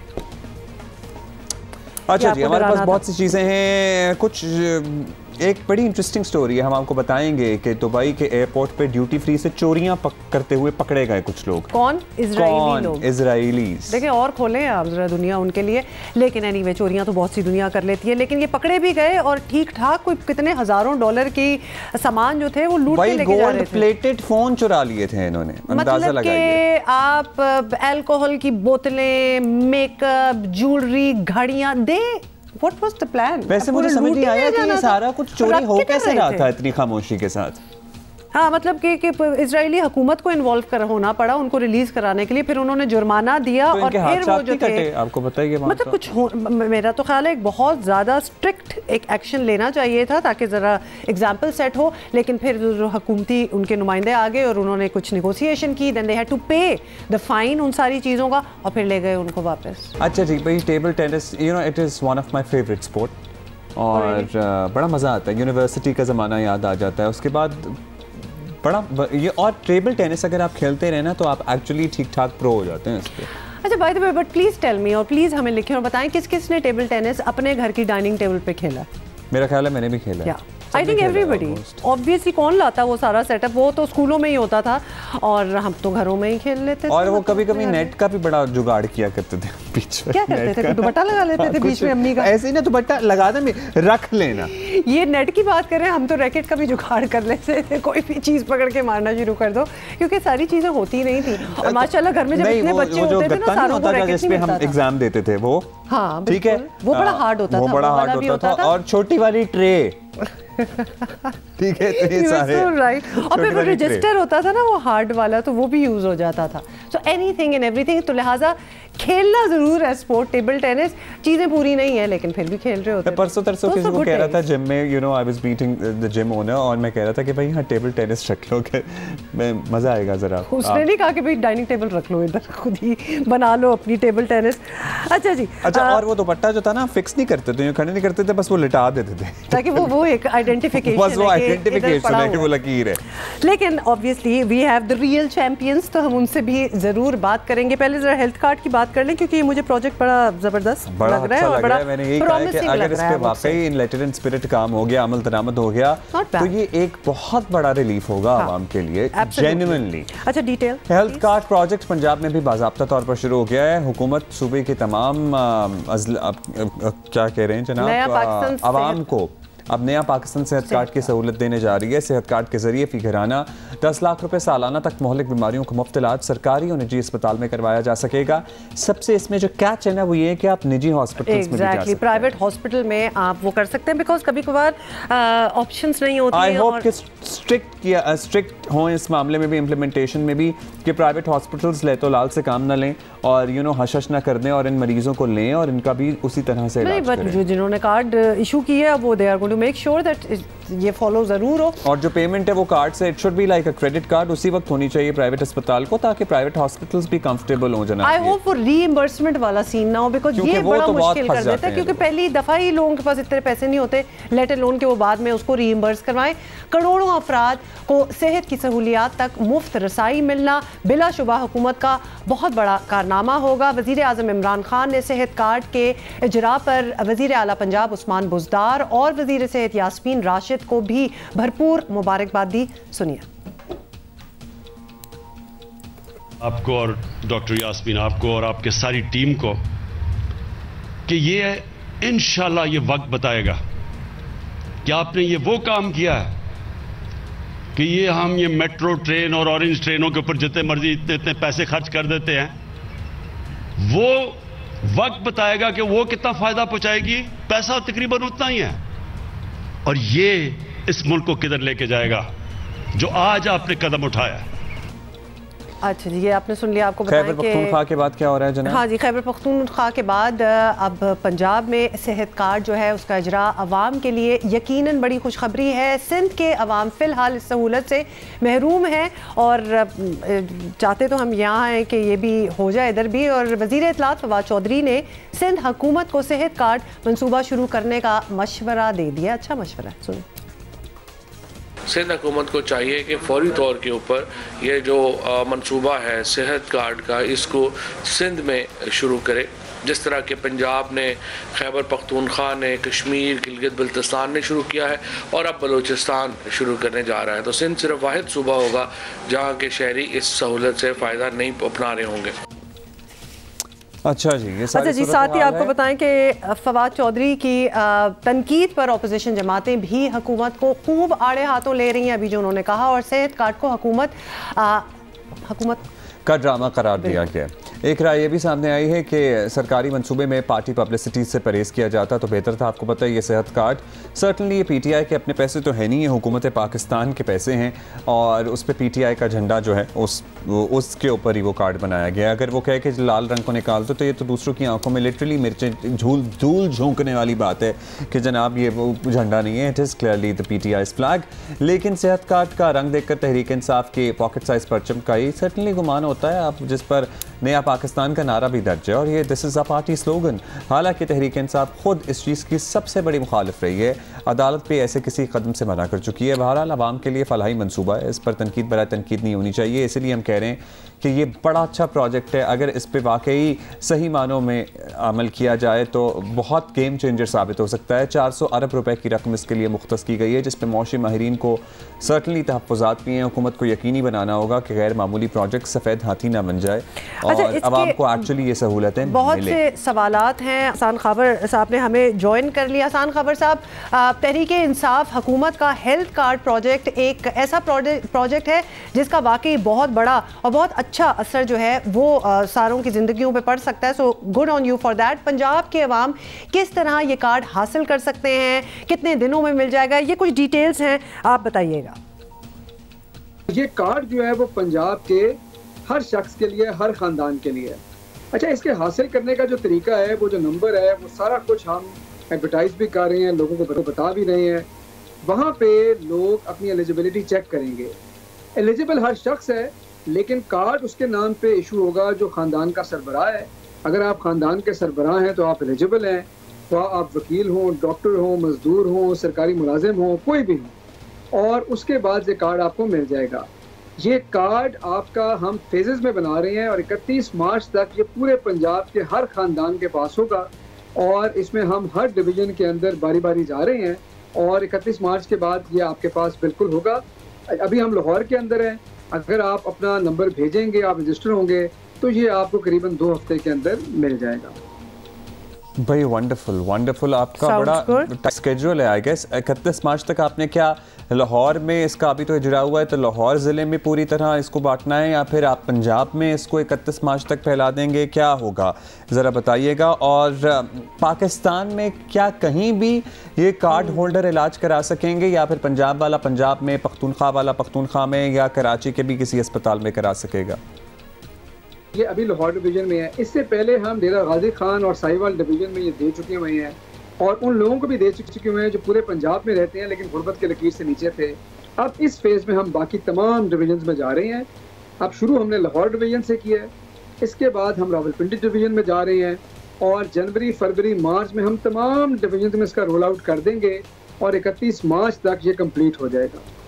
इसमें जो अस्पताल जहाँ से इलाज हो सकता है वो तमाम प्राइवेट अस्पताल हैं, हम उनको तेज़ी से इम्पैनल कर रहे हैं। वो तमाम लिस्टें हम पब्लिकली शेयर करें अपनी वेबसाइट पे इश्तिहारों के ज़रिए और इसमें पाकिस्तान में कोई भी अस्पताल इम्पैनल हो सकता है और हम उनको इस प्रोग्राम में शामिल कर सकते हैं। तो आप बिल्कुल पाकिस्तान में कहीं भी हों, आप चेक करें कि हमारे प्रोग्राम के साथ कौन से मयारी अस्पताल इम्पैनल्ड हैं और वहाँ जाकर आप अपनी सर्विसेज को इस्तेमाल कर सकते हैं। अच्छा, एक और चीज़ हसन खबर साहब, और आप इस बात को समझ सकेंगे, ये मंसूबा ऑब्वियसली आ गया है, काम शुरू हो गया है, आप बता रहे हैं, लेकिन ज़रूरी है कि ये सिलसिला चलता भी रहे। तो इसके लिए सालाना कितना फ़ंड रखा जाएगा और क्या गारंटी है कि जब ये हुकूमत तब्दील हो जाएगी तो नए आने वाले भी इसे जारी रखें, क्योंकि अक्सर देखें कि पुरानी चीज़ें फिर वो ख़त्म हो जाती हैं। तो how are you going to assure कि ये हो? जी देखिए, हमने 400 अरब रुपए की रकम, खतीर रकम इसके लिए मुख्तस की है जो 3 साल के अरसे में खर्च की जाएगी और ये जो हमारा एग्रीमेंट है ये भी लॉन्ग टर्म है और इसलिए हम उम्मीद करते हैं कि ये चलता रहेगा। दूसरी बात ये है कि ये सेहत के शोबे में एक बुनियादी तब्दीली ला रहा है, एक पैराडाइम शिफ्ट ला रहा है। हम पब्लिक से फोकस प्राइवेट सेक्टर की तरफ लेके जा रहे हैं। प्राइवेट सेक्टर इन्वेस्ट करेगा, लोगों को मयारी सर्विसेज की आदत पड़ेगी और लोगों को समझ आएगी कि एक पुराना फरसूदा इनएफिशिएंट निज़ाम मुनासिब नहीं है पाकिस्तान के लिए, कि जो मगरब में निज़ाम की तश्कील दी गई उसकी एक बेहतर फॉर्म हमारे पास है और यही जो है हमारे मसाइल का हल है सेहत के। तो मैं समझता हूँ कि जब ये रियलाइजेशन सेट इन करेगी तो आने वाली तमाम हुकूमतें, ख्वाह वो किसी भी पार्टी की हों, उनके लिए लाज़िम व मलज़ूम हो जाएगा कि वो इस मॉडल को आगे लेके चलें। और मैं आपको बताऊँ कि ये रीत भी तहरीक इंसाफ की हुकूमत ने डाली है कि जो पुराने अच्छे काम थे, जो चल पड़े थे, हमने उनको चलाया। बहुत शुक्रिया आपका हसन खाबर साहब, और सर्टनली आपकी तारीफ बनती है, पाकिस्तान तहरीक इंसाफ के इस प्रोजेक्ट की तारीफ बनती है। इस पर तनकीद बना, इस पे पार्टी परचम के रंगों का कार्ड है, इन तमाम चीज़ों से बालातर होकर this can be a real game changer, क्योंकि लिटरली लोगों के गुर्दे बिक जाते हैं इलाज कराते कराते, घर जायदादें तो मैं दूर की बात इलाज का, इतनी बड़ी बड़ी बीमारियों के इलाज की तरफ सोचते भी नहीं हैं क्योंकि वो नहीं सोच सकते, उनके पास रिसोर्सेज नहीं हैं। और ये डेफिनेटली, और सेहत ऐसी चीज़ है कि जिस पे बिल्कुल भी कोई कॉम्प्रोमाइज़ नहीं होना चाहिए। मतलब जो बीमार हो, जिसको जो एलिमेंट हो, उसका इलाज करवाना चाहिए। और अगर हुकूमत हेल्प करे, अच्छी बात ये है, सबसे अच्छी बात ये कि इसका ये नहीं है कि आप डिजर्विंग है, आप गरीब लोगों के लिए, सबके लिए है, which is great, this is what a welfare society looks like। और इसमें प्राइवेट अस्पताल पे भी आप इलाज करा सकते हैं, ये एक गेम चेंजर है। So good on you, and of course हम इसके बारे में भी जितनी इन्फॉर्मेशन है आप लोगों को देते रहेंगे। मूविंग ऑन, और ये भी एक अजीबोगरीब चीज़ है, एक ट्रेंड ही बन गया है पाकिस्तान में। आपको बताएं कि जो अगली हम बात कर रहे हैं कि मारूफ अदाकारा अलीज़ा शाह, जिनके पीछे पता नहीं क्यों इतनी ट्रोलिंग होती है, खैर पता नहीं क्यों नहीं पता है, बट स्टिल उनकी एक बगैर इजाज़त बनाई गई वीडियो वायरल होने के बाद सोशल मीडिया पर तूफ़ान बदतमीज़ी गर्म हो गया और पीपल, वो जो कीबोर्ड वॉरियर्स होते हैं ना, फेसलेस, वो तो जान के पीछे पड़ जाते हैं कि ये कोई खुदकुशी कर ले बस हमारी सुन के, वहाँ तक पहुँचा देते हैं। अच्छा, और हम भी इसलिए वीडियो नहीं चला रहे, वैसे पहले तो हमने जो चला दी वो चला थी, लेकिन हम अब नहीं इसलिए चला रहे क्योंकि हमें पहले कब हमने चलाई है, रियल न्यूज़ पे चल रही थी, ऐसे कल मैंने हेडलाइन देखी थी। ठीक है, मतलब अच्छा, खैर खबर थी, खैर नाज़ेबा तबसरे मॉरल पुलिसिंग का ना ख़त्म होने वाला ये सिलसिला भी शुरू हो गया था और अलीज़े शाह की वीडियो बनाने और वायरल करने वालों के खिलाफ अब FIA सरगर्म हो चुकी है। And thank God for that. Director cyber crime Sindh Imran Riaz की वीडियो अदाकारा ने अपने सोशल मीडिया अकाउंट पर शेयर की है और वीडियो में इमरान रियाज ने वाज़ेह किया कि किसी भी शख्स की इजाज़त के बगैर उसकी वीडियोस या तस्वीर बनाना और सोशल मीडिया पर फैलाना साइबर क्राइम एक्ट 2016 के दायरे में आता है। Head FIA cyber crime Sindh Imran Riaz साहब हैं हमारे साथ मौजूद, उन्हीं से पूछ लेते हैं। इमरान साहब, शुक्रिया आपने वक्त दिया। सबसे पहले तो ये बताइए कि आपकी जुरिस्डिक्शन क्या है, मतलब ये वीडियो अपलोड करना जुर्म है, ये वीडियो किसी की इजाज़त के बगैर बनाना भी जुर्म है, तो दोनों चीज़ों पे आप किसी को अकाउंटेबल, FIA किसी को अकाउंटेबल ठहरा सकता है एंड शेयर करना and how are you going to assess कि भाई ये कौन था? और आई गेस अलीज़े को पता होगा क्योंकि बिल्कुल ही क्लोज प्रॉक्सिमिटी में वीडियो बनाई गई है। उसको क्या पता होगा? जी आप बताइए इमरान रियाज साहब। जी अस्सलाम वालेकुम जी, first of all thank you so much for having me on. देखिए जी, फर्स्ट ऑफ ऑल तो लेट मी क्लैरिफाई कि अभी तक अलीज़े ने हमसे रब्ता नहीं किया है। There has not been any official content और कोई कंप्लेंट हमारे पास रजिस्टर नहीं हुई है। हमारी वीडियो की बात है, ये एक इट वाज अ मैसेज जिसमें मैंने अलीज़े को कोट किया था और बताया था कि इस तरह किसी की भी वीडियो जो है वायरल करना या फोटोग्राफ वायरल करना इस तरीके से है। अच्छा, जहां तक आपके सवाल की बात है तो जुरिस्डिक्शन हमारी स्टार्ट होती है साइबर स्पेस के अंदर, जहां पे भी कहीं पे किसी वीडियो को बनाया जा रहा है इस तरीके से और उसको उसके बाद शो भी किया जा रहा है, डिस्प्ले किया जा रहा है, या इसको कहीं पे ट्वीट किया जा रहा है, रीट्वीट किया जा रहा है, तो ये सब साइबर क्राइम के स्पेस में आता है। दिस इज जो कि आपका सेक्शन 24 है prevention of electronic crime act का, तो ये उसके ज़मरे में आता है। लेकिन इसमें एक चीज मैं वाज़ेह कर दूं कि इसमें इंटेंशन जो है वो बड़ी वाज़ेह होनी चाहिए। इंटेंशन क्या हो सकती है कि आप जो है किसी की वीडियो को कर रहे हैं उसको हरास करने के लिए, उसको डिस्ट्रीब्यूट करने के लिए, तो इसमें ये दोनों इंटेंशंस चूंकि मौजूद हैं इस वीडियो के अंदर, तो इसलिए ये हमारी रिस्ट्रिक्शन बनती है। अब अक्सर लोग मुझसे सवाल कर रहे हैं, सोशल मीडिया पे ट्रोलिंग मेरी भी कर रहे हैं कि जी वो तो कोई ड्रग्स ले रही हैं और आप उस पर एक्शन क्यों नहीं ले रहे?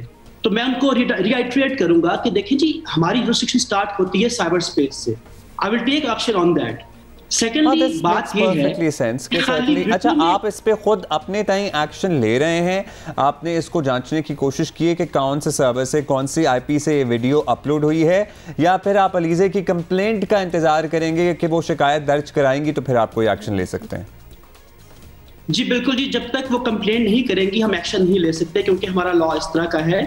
तो first she has to come and complaint us. देखिए इसमें ये भी एक एलिमेंट हो सकता है कि जी बाज लोग कह रहे हैं कि पब्लिसिटी स्टंट भी हो सकता है, ठीक है।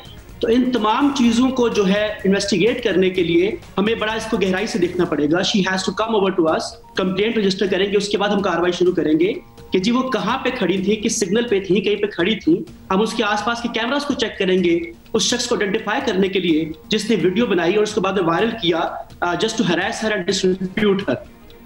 अच्छा, so basically you are going to wait कि अलीज़े शाह खुद आके कंप्लेन करेंगी तो ये प्रोसेस स्टार्ट होगा, इज दैट राइट?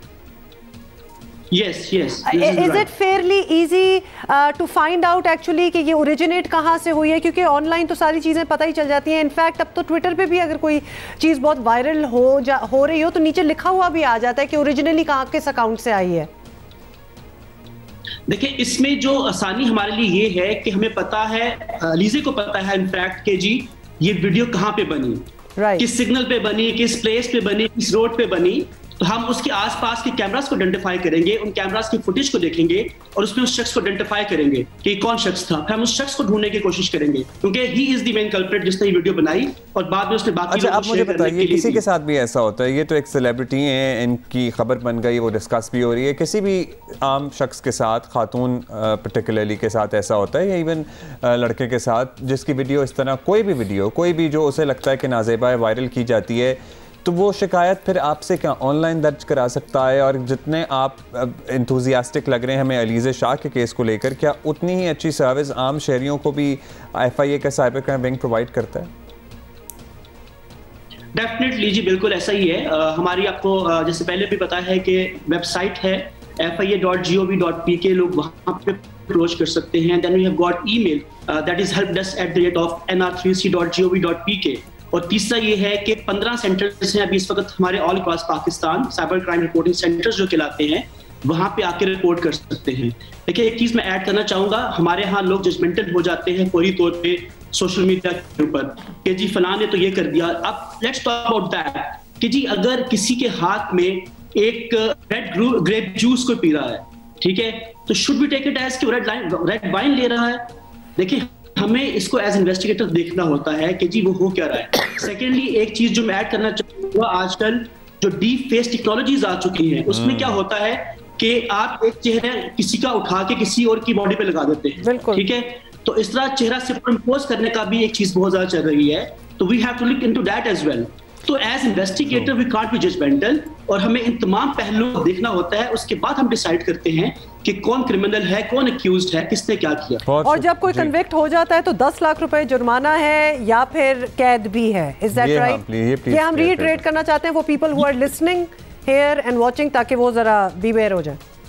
जी बिल्कुल ऐसा ही है। सेक्शन 24 पीका का जो है साइबर स्टॉकिंग, उसका ये पार्ट डी है जो ये कहता है कि जो भी किसी की फोटोग्राफ या किसी की भी जो वीडियो है उसकी मर्जी के बगैर, कंसेंट के बगैर बनाएगा, उसको वायरल करेगा, उसको हार्म करने के लिए उसके रेपुटेशन को, तो उसको 3 साल तक की सजा और 10 लाख तक जुर्माना हो सकता है। ये दोनों सजाएं भी हो सकती हैं। और अगर यही चीज आप किसी माइनर के हवाले से करते हैं, उस केस में जो है 5 साल तक की सजा और 1 करोड़ तक का जुर्माना भी हो सकता है। ये दोबारा बता दें, किस में 1 करोड़ का जुर्माना हो सकता है?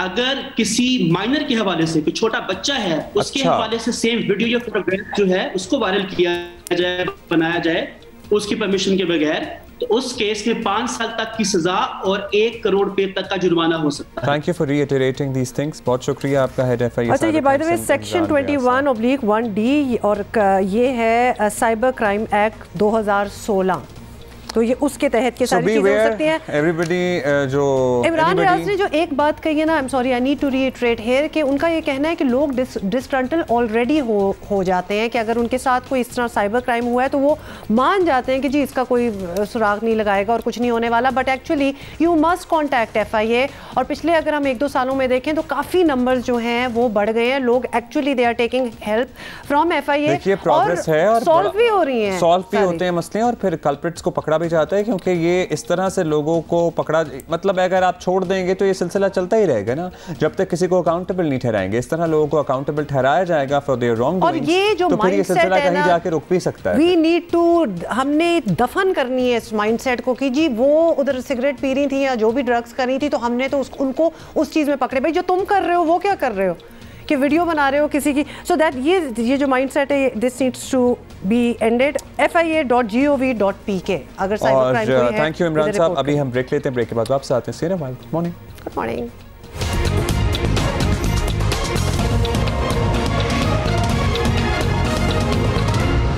Welcome back and I love it जब हमारे यंगस्टर्स जो हैं ना वो कमाल करते हैं, और ख़ासतौर पे स्पोर्ट्स में इतने आगे हैं और इतने तेज़ हैं कि लिटरली अब दुनिया को देख लेना चाहिए।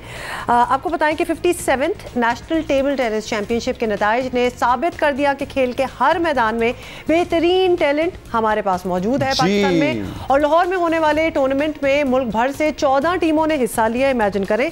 और मेंस सिंगल्स का सनसनीखेज फाइनल हुआ 2 भाइयों के बीच में, कितनी कमाल बात है। फहद ख्वाजा और उमम ख्वाजा के दरमियान खेला गया और फहद ख्वाजा ने अपने छोटे भाई को ज़बरदस्त मुकाबले में 4-2 से शिकस्त देकर टाइटल जीता। So that is commendable. और साथ ही आपको बताएं कि विमेन सिंगल्स के फाइनल में 14 साल की यानी 14 ईयर ओल्ड ओनली हाइका हसन ने कमाल फुर्ती दिखाई और राहीला काशिफ को 4-1 से शिकस्त देकर जो है वो कम उम्र तरीन ये टेबल टेनिस चैंपियन बन गई हैं। बासलाहियत table tennis champions Fahad Khawaja और हाइका हसन हमारे साथ मौजूद हैं। Haika and Fahad, welcome to Geo Pakistan. भाई कंग्रेचुलेशंस। और हाइका सबसे पहले तो आपसे बात करेंगे, लेकिन फहद के लिए कितनी टेक्निकल सूरत हाल हो गई होगी, भाई अपने मैं जरा सोचने की कोशिश कर रहा हूँ। So we feel you Fahad. पहले आप ही से बात इसलिए स्टार्ट करते हैं कि एक तो ऑब्वियसली बड़े ज़बरदस्त आप खेल रहे होंगे कि आप फाइनल्स में पहुंचे हैं, लेकिन साथ अपने भाई के मद्दे मुकाबले हो गए और हराना भी पड़ गया, तो फीलिंग क्या थी?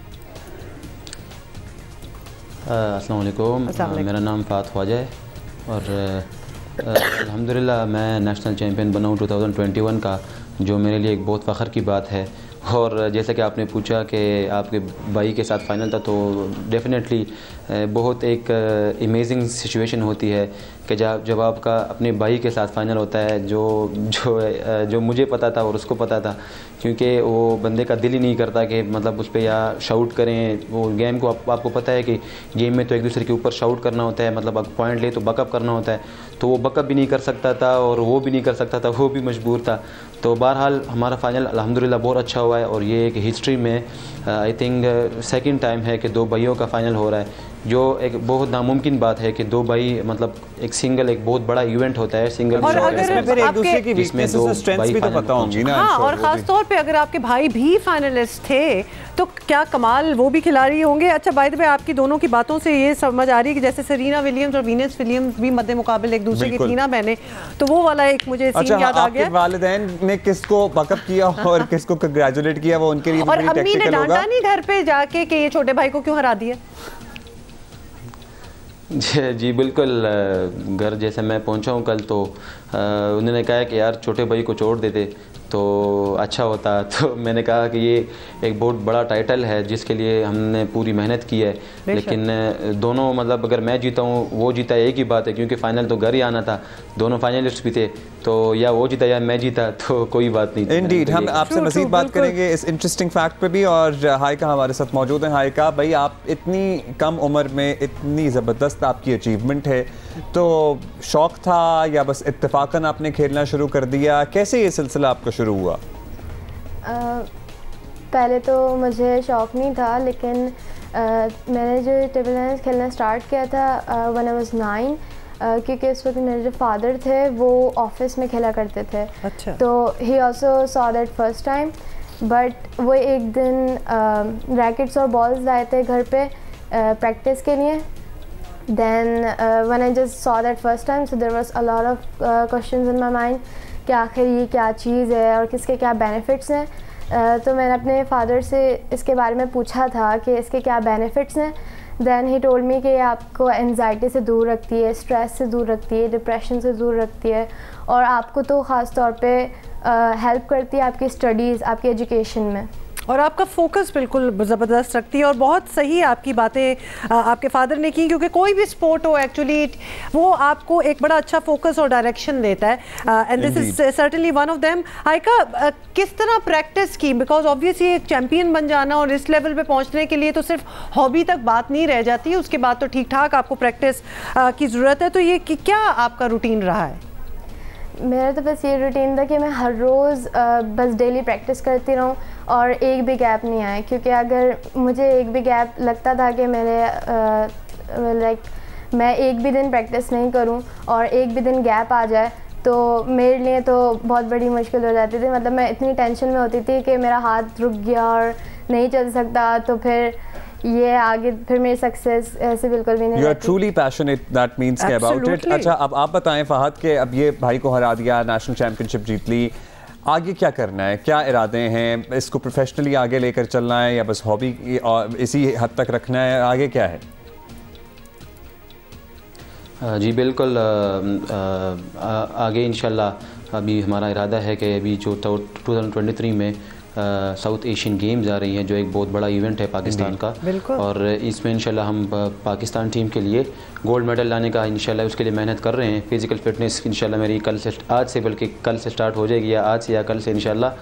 तो अभी ये महदूद नहीं है। इंशाल्लाह मेरी जो इंटरनेशनल उस पर हमारा फोकस है और इंशाल्लाह इंटरनेशनली पाकिस्तान के लिए मेडल लेके आने हैं। जो हमारे अभी वर्ल्ड चैम्पियनशिप्स आ रहे हैं, कॉमनवेल्थ गेम्स आ रही हैं, एशियन गेम्स आ रही हैं और जो और इस्लामिक गेम्स आ रहे हैं, उसमें इंशाल्लाह पाकिस्तान के लिए मेडल लेके आएंगे। दुनिया में अगर हम अपने खिलाड़ियों को देखें, आप तो ज़बरदस्त पाकिस्तान में परफॉर्म कर रहे हैं, दुनिया में हमारे टेबल टेनिस के खिलाड़ी किस सतह पर हैं? क्या अभी हमें बहुत काम करने की ज़रूरत है या we are good enough to compete with the rest of the world? खासतौर पे जो चाइना में जो टेबल टेनिस लोग खेलते हैं, कुछ हमने भी देखा है, मतलब दे आर सो डेडिकेटेड, नज़र नहीं हटती उनकी बॉल के ऊपर से, वो लगता है कुछ बहुत ही सुपीरियर है। या बिल्कुल, ऑफ कोर्स ये जो है चाइना तो आई थिंक ये तो वर्ल्ड चैम्पियंस हैं, वो तो बहुत अच्छे हैं हमसे, क्योंकि वो उनकी नेशनल गेम भी टेबल टेनिस है। लेकिन वो इसलिए वर्ल्ड चैम्पियंस है क्योंकि उनको कोचिंग फैसिलिटीज़, उनके जो ट्रेनिंग, मैं खुद चाइना गया हूँ, 2 दफ़ा गया हूँ, मैंने जो उधर फैसिलिटीज़ देखी हैं, जो मैंने उधर कोचिंग ट्रेनिंग कैंप्स और जो उनके इवेंट्स लीग्स देखे हैं, तो वो आई थिंक हम उनसे बहुत पीछे हैं आजकल। जो आप आजकल अगर आप टेबल टेनिस को देखें, यूरोप में देखें, चाइना में देखें, एशियन कंट्रीज, इवन इंडिया को आप देखें, हमारी मतलब हमारी कंट्री है, नेबरिंग कंट्री है, इनसे आप मतलब इनसे भी अगर हम कुछ इनके साथ भी हमें लीग खेलने को मिलेंगे तो हम बहुत अच्छे हो जाएंगे। अभी हम उनसे भी पीछे हैं। इंडिया से मतलब इंडिया भी वर्ल्ड को कम्पीट कर रहा है और हम साउथ एशिया में ही पड़े रहे हैं। साउथ एशिया में भी हम श्रीलंका और उनसे मुकाबला टफ होता है। दोनों आप बताएं, आप फाइका की तरफ भी, हाइका की तरफ भी आएंगे, आप क्या करें? हमें खेलने के मौके नहीं मिलते क्या? सर एक्चुअली हमें जो है अभी एक इवेंट, हमारे जो इंटरनेशनल इवेंट्स हैं उसमें हमें मौका नहीं मिलता। मतलब अभी इवेंट्स हज़ारों इवेंट्स होते हैं साल के, उसमें हम एक इवेंट के लिए पार्टिसिपेशन के लिए जाते हैं, तो एक इवेंट से तो कुछ नहीं होता। वो अगर हमें federation, Pakistan sport board, Pakistan Olympic association, जितने भी हमारे फेडरेशंस हैं, इनको चाहिए कि ये प्लेयर्स को ट्रेनिंग कैंप्स के मौके दें, इनको इवेंट्स मिलें, इनको लीग्स मिलें। अभी मैं अपने खर्चे पे रिसेंटली गया हूँ, मैंने डीजी स्पोर्ट्स खैबर पख्तूनख्वा ने थोड़ा मुझे सपोर्ट किया है, वो भी उनको रिक्वेस्ट करके, तो उस खर्चे पे मैं वालिद साहब से भी मैंने पैसे लिए हैं, उनके एक्सपेंस पे भी मैं गया हूँ और वहाँ मैंने लीग खेला है। लेकिन एक लीग से कुछ नहीं होता। ये फेडरेशन को चाहिए कि जितने भी हाइका हो गई, माशाल्लाह बहुत अच्छा खेले, ये भी एक यंग टैलेंट है, इसी तरह हूर हमारे जो फहद, आपकी ही बात को आगे ले जाते हुए मैं ये ज़रूर कहना चाहूँगी, जो आप लोगों के लेवल पे स्पोर्ट्स पर्सन्स पहुँच जाते हैं, उनको अपने खर्चे पे कुछ भी नहीं करना चाहिए, टू बी वेरी ऑनेस्ट। मतलब स्टेट शुड रियली टेक, हमारे इतने इदारे हैं जो इसी काम के लिए बने हैं, तो उनको आइडेंटिफाई करना बजट है जिसमें बैठ के तनख्वाहें लेते हैं। हाइका, आपको कितनी सपोर्ट रही है अब तक के इस जर्नी में फेडरेशन की या एसोसिएशंस की? मैं तो ये कहना चाहती हूँ कि फेडरेशन को हम जैसे यंगेस्ट जो टैलेंटेड चिल्ड्रंस हैं उनको तो ख़ास तौर पे सपोर्ट करना चाहिए, इंटरनेशनल लेवल्स पे भी और इधर भी। नहीं तो अभी है, करना तो चाहिए। अभी आपका जितना भी सफ़र रहा है, आप सर्टनली टैलेंट है तो आप यहाँ तक पहुँची हैं। आपसे किसी ने कभी कोई रब्ता किया, आपको कोई कहा कि हम आपको ट्रेनिंग दे देते हैं या आपको यहाँ भेज देते हैं या आप कहीं कंपटीशन चली जाएं, कुछ हुआ ऐसा ज़िंदगी में अब तक? ऐसा तो कुछ नहीं हुआ, कुछ भी नहीं हुआ। सो आप देखिए कि जो लोग रिस्पॉन्सिबल हैं उनका लेवल ऑफ इंटरेस्ट देखिए कि हम तक तो ये बच्चे पहुँच गए लेकिन वो नहीं पहुँच सके। हम तो फ़ौरन रिकग्नाइज कर लेते हैं और ऑब्वियसली हम दिखा भी देते हैं। प्लीज़ अपने ज़रा मेडल्स, अब हाइका ज़रा अपना मेडल ज़रा उठा के हमें दिखाएं। और डेफिनेटली जो फेडरेशन के लोग देख रहे होंगे, these are our champion kids, ये हमारे उभरते हुए स्पोर्ट्स स्टार्स हैं। तो अभी देख लें कि कितना आगे इन्होंने जाना है, कितना पोटेंशियल है, कितना हाइका आपके हमने मेडल्स देखे और बड़े अच्छे लग रहे हैं, आपको सूट भी कर रहे हैं। Thank you. कम उम्र तरीन नेशनल टेबल टेनिस चैंपियन है। सो हाइका, आपको मुबारक हो। और फहद, आप भी अपने मेडल्स दिखाएं। और फहद, आपके वालिदैन को डबल मुबारक हो क्योंकि उनके तो 2 बच्चे जो हैं वो फाइनल में मौजूद थे। हाँ बिल्कुल, आपको तो हम मुबारकबाद दे रहे हैं, लेकिन जो आपके छोटे भाई हैं जो कि ऑब्वियसली अगर फाइनलिस्ट थे तो वो भी क्या ज़बरदस्त प्लेयर होंगे कि वो भी फाइनल में पहुंच गए, तो उनको भी मुबारकबाद। Thank you so much. Thank you guys. बिल्कुल बिल्कुल, थैंक यू सो मच, बहुत शुक्रिया। अच्छा, ये बात तो सैडनेस मुझे इधर ही हो जाती है ना कि why aren't these young sports persons not recognize. ये हमारे जो सारे फेडरेशंस हैं स्पोर्ट्स के क्यों क्या कर रहे हैं? बस एक क्रिकेट नहीं है भाई, इसके अलावा भी बहुत कुछ है। मदद की, वो भी उनसे रिक्वेस्ट करनी पड़ी, लेकिन उसके बावजूद भी इन बच्चों को अपने पैसों पे अगर लीगें खेली जानी पड़ी है। सैकड़ों लीग्स हैं, टूर्नामेंट्स हैं जिस पे जाके टैलेंट पॉलिश हो सकता है, इंटरनेशनली कम्पीट कर सकता है। फिर जब होते हैं ना ओलंपिक्स तो हमें याद आता है ओ हो कि हमने तो कुछ किया ही नहीं। गुज़श्ता 3-4 साल हम कुछ करते नहीं है, उसके बाद याद आता है। Can I also just point out, क्योंकि जब हम अथॉरिटीज से बात करते हैं ना इसी फोरम पे, तो वो कहते हैं जी बिल्कुल हम काम कर रहे हैं और ओलंपिक्स में आप देखिएगा हमारी क्या परफॉर्मेंस होगी। ये जो हाइका बच्ची है ना, ये उम्र के हिसाब से भी, टैलेंट के हिसाब से भी, शी इज़ द पर्सन जो आप लोग ढूंढ रहे हैं। इन्हीं को ग्रूम करें, यही वो लोग हैं, आइडेंटिफाई तो करें, ज़रा आगे बढ़े और ऑलरेडी इतने ज़्यादा कॉम्पिटिशन है उनमें भेजें इनको, ताकि ये ग्रूम हो for the big one which is Olympics. ज़ाहिर है खेल खेल के ही पॉलिश होंगे ना, जब यहीं पे बैठे रहेंगे तो क्या आपस में खेल खेल के तो पॉलिश नहीं होंगे। दो भाई आप ठीक है अच्छी बातें खेल रहे हैं, लेकिन you know they need to really have exposure, international. वो खुद बता रहे हैं भाई वहाँ जो बाहर की ट्रेनिंग होती है वो हम शायद सोच भी नहीं सकते। और मैं आपको बताऊँ, हमारे शो पे जितने फील्ड से, जितनी स्पोर्ट फील्ड से लोग आते हैं वो यही कहते हैं कि हमारी ट्रेनिंग जो है वो लिटरली हम अपने दम पे आगे जा रहे हैं। मोहम्मद वसीम को हम बड़ी तारीफ करते हैं, माशाल्लाह हमारे चैंपियन हैं, वो इसलिए यहाँ तक पहुँचे क्योंकि वो इंटरनेशनली ट्रेनिंग्स लेते हैं। बिल्कुल, वो उनके ट्रेनर ही फॉरेन हैं, ट्रेनर्स ही फॉरेन हैं, उनको मतलब है दुनिया वर्ल्ड के बेस्ट ट्रेनर्स उन्हें ट्रेन कर रहे हैं, तो उसका नतीजा भी आपके सामने है। सो अभी हम एक ब्रेक लेते हैं, ब्रेक के बाद हम मिलते हैं। See you, bye.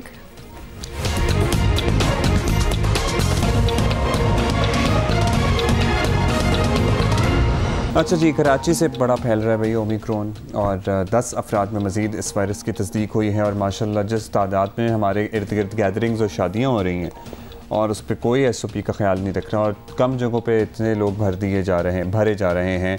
So please आप खुद ही अपना ख्याल रखें। एटलीस्ट शादियों और इन इवेंट्स में ठीक है लोग आ रहे हैं, बट ये तो इंश्योर करें ना कि वो मास्क पहने, एटलीस्ट इतना तो किया जा सकता है। अच्छा जी, हम ज़रा एक इशू की बात कर रहे हैं जो बहुत अरसे से चल रहा है, बहुत दिन से चल रहा है। हर आम आदमी की तरह किसान भी मुश्किल में हैं। यूरिया DAP खाद की कीमतों में मुसलसल इजाफा हो रहा है, खाद के ब्लैक में फ़रोख्त होने की बातें भी हो रही हैं, लाइनें लगी हुई हैं, जलील हो रहे हैं, कीमतें कई गुना बढ़ गई हैं। खर्चा है कि खाद की शदीद किल्लत से रवा साल हदफ जो पैदावार का हदफ है वो हासिल नहीं हो सका। भाई गंदम की फसल पे असर अंदाज होने का खदशा पैदा हो गया, फिर अल्टीमेटली हमें इंपोर्ट करनी पड़ती है। पर हम फूड सिक्योरिटी की बातें करते हैं। मकामी मंडियों में यूरिया के एक थैले की सरकारी कीमत 1800 रुपये है, बैनुल-अक़वामी मंडी में ये 7700 रुपये के फ़र्क के साथ 9500 रुपये में फ़रोख्त हो रही है।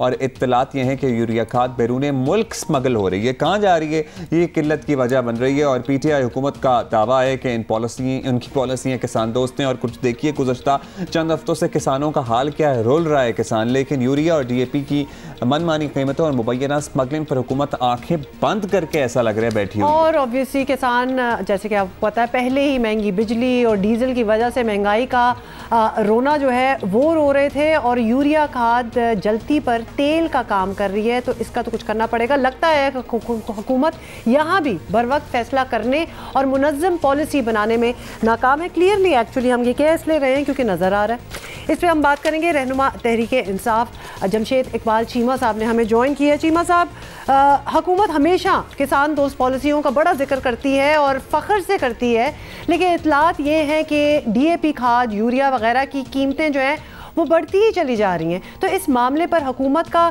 कोई चेक एंड बैलेंस, कुछ नज़रसानी करनी चाहिए इस पर।